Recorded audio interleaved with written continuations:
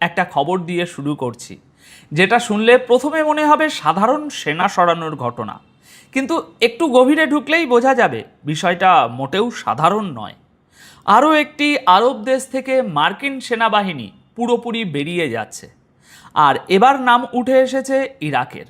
আর এই খবরটা এমন এক সময়ে আসছে যখন আমেরিকা আর ইরানের মধ্যে থেমে থেমে হলেও মিসাইল আর ড্রোন ছোড়াছুড়ি চলছে। তাই অনেকেই বলছেন এটা পরিকল্পিত প্রত্যাহার নয়, এটা পিছু হটা। আজকের এই ভিডিওতে আমরা বোঝার চেষ্টা করব ঠিক কী ঘটছে, কেন এই সময়েই ঘটছে, আর এর সবচেয়ে বড় দাম কাকে দিতে হতে পারে। মধ্যপ্রাচ্য থেকে মার্কিন সেনা ধীরে ধীরে নিজেদের গুছিয়ে নিচ্ছে, এই প্রবণতা কিন্তু নতুন নয়। মাত্র দুদিন আগেই আমরা খবর পেয়েছিলাম যে আমেরিকা কুয়েত থেকে তাদের সামরিক উপস্থিতি কমানোর প্রস্তুতি নিচ্ছে। সেখান থেকে হাজার হাজার সেনা ফিরিয়ে নেওয়া হতে পারে বলে খবর এসেছিল। আর এখন আরও একটি আরব দেশ থেকে সম্পূর্ণভাবে বেরিয়ে যাওয়ার খবর। শুধু কমানো নয়, একেবারে পুরোপুরি। দর্শক বন্ধুরা, এখানে একটা কথা খুব ভালোভাবে বুঝতে হবে। স্বাভাবিক পরিস্থিতিতে এই ধরনের খবরকে হয়তো নিছক একটা রুটিন সামরিক পুনর্বিন্যাস বলা যেত। সেনা এক জায়গা থেকে সরিয়ে অন্য জায়গায় মোতায়েন করা এ তো হামেশাই হয়, কিন্তু আজকের পরিস্থিতি একেবারে আলাদা। কারণ পরিস্থিতি চরম উত্তপ্ত।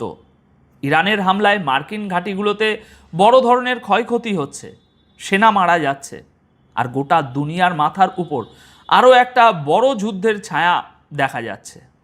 ঠিক এমন একটা সময়ে আমেরিকা যদি নিজের ঘাঁটি খালি করে, তাহলে স্বাভাবিকভাবেই অনেকের মনে প্রশ্ন জাগে। এটা অনেকেই আর প্রত্যাবর্তন বলতে রাজি নন। তারা বলছেন এটা পিছু হটা, আর এর থেকেও সহজ সোজা কথায় বলতে গেলে পালিয়ে যাওয়া। আচ্ছা, এবার আসা যাক আসল তথ্যে।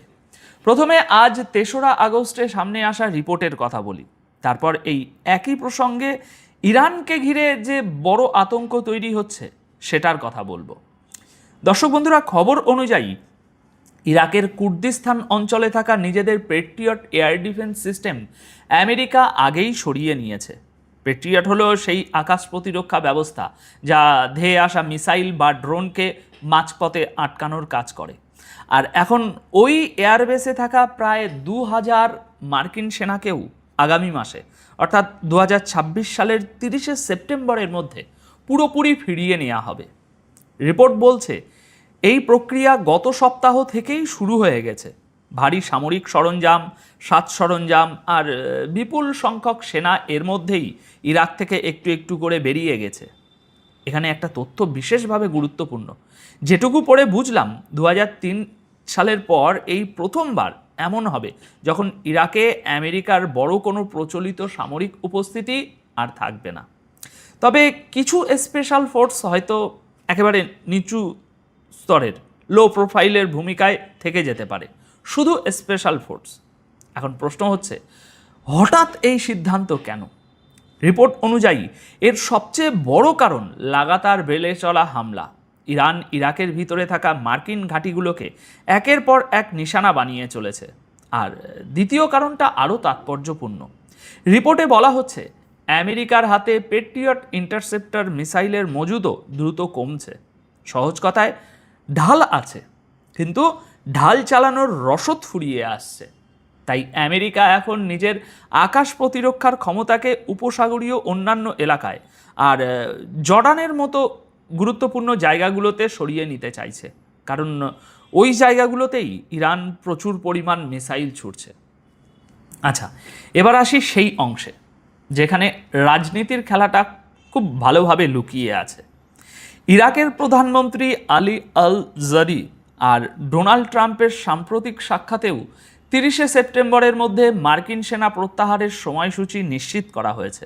অর্থাৎ একদিকে আমেরিকা ইরানকে বড় বড় হুমকি দিচ্ছে, আর অন্যদিকে সেই একই যুদ্ধের চাপে তাদের সামরিক ঘাঁটিগুলো একে একে খালি হতে দেখা যাচ্ছে। আর এই দ্বিমুখী ছবিটাই পুরো খবরটাকে এত গুরুত্বপূর্ণ করে তুলেছে।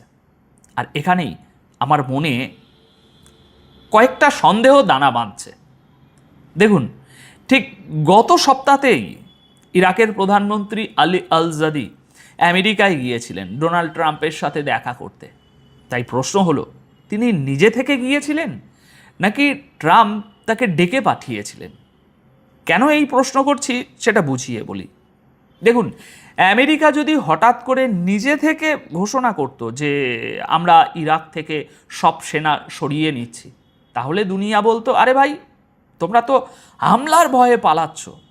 কিন্তু যদি বলা যায় যে এটা তো আগে থেকেই পরিকল্পিত ছিল, আমরা এখন গোটা ক্ষমতা ইরাকি সরকারের হাতে তুলে দিচ্ছি, তারা এখন নিজেদের নিরাপত্তা নিজেরাই সামলাতে পারে, তাহলে ছবিটা একেবারে পাল্টে যায়, তাই না? আর এই কথাটা বলার জন্য তো কাউকে ডাকতে হবে, তাই প্রধানমন্ত্রীকেই ডাকা হোক। তাহলে কি আলী আল জাদিকে ডেকে পাঠানো হয়েছিল? তারা কি এমন কোনো সমঝোতায় সই করছেন যাতে বলা থাকবে আমাদের গোটা সেনাবাহিনী ইরাক ছাড়ছে, এবার আপনার নিজেদের নিরাপত্তা ব্যবস্থা নিজেরাই সামলান? এখানে একটা কথা পরিষ্কার করে বলা দরকার, কয়েক মাস আগেই ঠিক হয়ে গিয়েছিল যে মার্কিন সেনা ইরাক থেকে বেরিয়ে যাবে। এটা নতুন সিদ্ধান্ত নয়, কিন্তু প্রশ্নটা সিদ্ধান্ত নিয়ে নয়, প্রশ্নটা সময় নিয়ে। এটা কি সেই সময় ছিল? এটা কি সঠিক সময়? ভেবে দেখুন, কোথাও বিপদ চলছে, শত্রু আমাদের উপর চড়াও হচ্ছে, তখন স্বাভাবিক বুদ্ধি বলে আমরা বলবো একটু দাঁড়াও, আগে এটা সামলে নিই, তারপর বেরোবো। কিন্তু আমেরিকা তো ব্যাপারটা না সামলেই বেরিয়ে যাচ্ছে। তাহলে সামলানোটা কে করছে আর কিভাবে হচ্ছে? আচ্ছা, এবার আসা যাক এই পুরো গল্পের সবচেয়ে গুরুত্বপূর্ণ জায়গায়। আর এটাই আজ ৩রা আগস্টে আসা দ্বিতীয় খবর। আমেরিকা যদি সত্যি ইরাক থেকে পুরোপুরি বেরিয়ে যায়, তাহলে সবচেয়ে বড় বিপদ কার ঘাড়ে আসবে? উত্তরটা হলো সেই কুর্দি যোদ্ধাদের উপর, যারা এতদিন ইরানের বিরুদ্ধে লড়ে এসেছেন এবং যাদের সবচেয়ে বড় ভরসা ছিল আমেরিকা। কেন এই আশঙ্কা, সেটা কয়েকটা সংখ্যা দেখলেই পরিষ্কার হয়ে যাবে। রিপোর্ট অনুযায়ী ফেব্রুয়ারি থেকে এখনও পর্যন্ত ইরাকের কুর্দিস্তান অঞ্চলে প্রায় 1000 মিসাইল ও ড্রোন হামলা হয়েছে। এই হামলাগুলোতে কয়েক ডজন মানুষ নিহত ও আহত হয়েছেন। শুধু তাই নয়, বেশ কয়েকটি বড় জ্বালানি সংস্থাকে সেখানে নিজেদের কাজ বন্ধ করে দিতে হয়েছে। দর্শক বন্ধুরা, আল মনিটর ওয়েবসাইটের যে রিপোর্টের ভিত্তিতে সবাই এই খবর করেছে, সেই রিপোর্ট বলছে আমেরিকা ইরাক ছাড়ার প্রস্তুতি কুর্দিস্তান অঞ্চলের জন্য একেবারে নতুন এবং অনেক বড় বিপদ হয়ে দাঁড়াতে পারে। কারণ আমেরিকা সেখান থেকে নিজেদের পেট্রিয়ট এয়ার ডিফেন্স সিস্টেমও সরিয়ে নিয়েছে। এতদিন এই ব্যবস্থাগুলোই ধেয়ে আসা মিসাইল আর ড্রোন আটকানোর কাজে গুরুত্বপূর্ণ ভূমিকা পালন করছিল। কিন্তু এখন এই পেট্রিয়ট যে সব হামলা আটকাতো তা নয়, সেটা আলাদা কথা, কিন্তু একটা ভূমিকা তো ছিলই।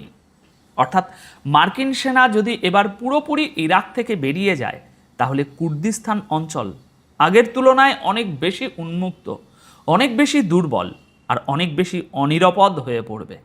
আর ঠিক এই জায়গাটাই কুর্দিদের মধ্যে সবচেয়ে বেশি উদ্বেগ তৈরি করছে। কারণ ইরান আগে থেকেই ইরাক এবং তার সীমান্তবর্তী এলাকাগুলোতে থাকা কুর্দি যোদ্ধাদের নিজেদের নিরাপত্তার জন্য বড় হুমকি বলে মনে করে। আর সেই কারণেই তাদের উপর লাগাতার মিসাইল, ড্রোন আর বিমান হামলা চালিয়ে যাচ্ছে। সুতরাং এখন হিসাবটা খুব সরল হয়ে যায়। মার্কিন সেনা আর তাদের আকাশ প্রতিরক্ষা যদি ওখান থেকে পুরোপুরি সরে যায়, তাহলে খুব সম্ভব ইরান এই কুর্দ গোষ্ঠীগুলোর বিরুদ্ধে আগের চেয়েও বড় মাপের অভিযান শুরু করে দিতে পারে। আর মনে রাখবেন, এটা নিশ্চিত ভবিষ্যৎবাণী নয়, কিন্তু আশঙ্কাটা একেবারেই অমূলক নয়। আর এখানেই এই খবরের আসল অর্থ লুকিয়ে আছে। আমেরিকার চলে যাওয়ার মানে শুধু একটা সামরিক ঘাঁটি খালি হয়ে যাওয়া নয়, এরপরে গোটা কুর্দিস্তান অঞ্চলে শক্তির ভারসাম্য পুরোপুরি বদলে যাবে। আর সবচেয়ে বড় দামটা হয়তো সেই কুর্দ যোদ্ধাদেরই চোকাতে হবে, যারা এতদিন আমেরিকার সমর্থনের ভরসায় ইরানের মোকাবিলায় দাঁড়িয়েছিলেন। তাহলে এখন সামনে কি হতে পারে? দেখুন, পরিস্থিতি এভাবে চলতে থাকলে সেপ্টেম্বরের শেষ পর্যন্ত আমাদের নজর রাখতে হবে দুটো জিনিসের উপর। এক, প্রত্যাহারের সময়সূচি সত্যি 30শে সেপ্টেম্বরের মধ্যে পুরো হয় কিনা। আর দুই, ঘাঁটি খালি হওয়ার সঙ্গে সঙ্গে কুর্দিস্তান অঞ্চলে হামলার মাত্রা বাড়ে কিনা, তবে এখনই নিশ্চিত করে কিছু বলা কঠিন, কারণ অনেকটাই নির্ভর করছে ইরান আর আমেরিকার মধ্যে এই সংঘাত কোন দিকে মোড় নেয় তার উপর। সব মিলিয়ে এখন ছবিটা কিছুটা এরকম। প্যাট্রিয়ট আগেই সরে গেছে, এয়ারবেসের প্রায় 2000 সেনা 30শে সেপ্টেম্বরের মধ্যে সরে যাবে, আর 2003 সালের পর এই প্রথমবার ইরাকে আমেরিকার বড় কোনো প্রচলিত সামরিক উপস্থিতি থাকবে না। আমেরিকা বলছে এটা পরিকল্পিত, ইরাকি সরকারের হাতে দায়িত্ব হস্তান্তর। কিন্তু সময়টা এমন এক মুহূর্তে যখন তাদের ঘাঁটিতে হামলা হচ্ছে আর ইন্টারসেপ্টর মিসাইলের মজুদ কমছে। তাই আপনাদের কাছে আমার প্রশ্নটা খুব সোজা, আপনার কি মনে হয় ইরাক থেকে মার্কিন সেনার এই প্রস্থান সত্যি আগে থেকে ঠিক করা একটা পরিকল্পনা, নাকি ইরানের লাগাতার হামলার চাপে বাধ্য হয়ে আমেরিকার পিছু হটা? আপনাদের মতামত কমেন্ট বক্সে অবশ্যই জানাবেন। সবাই খুব ভালো থাকবেন, সুস্থ থাকবেন। অনেক অনেক ধন্যবাদ আপনাদের সকলকে।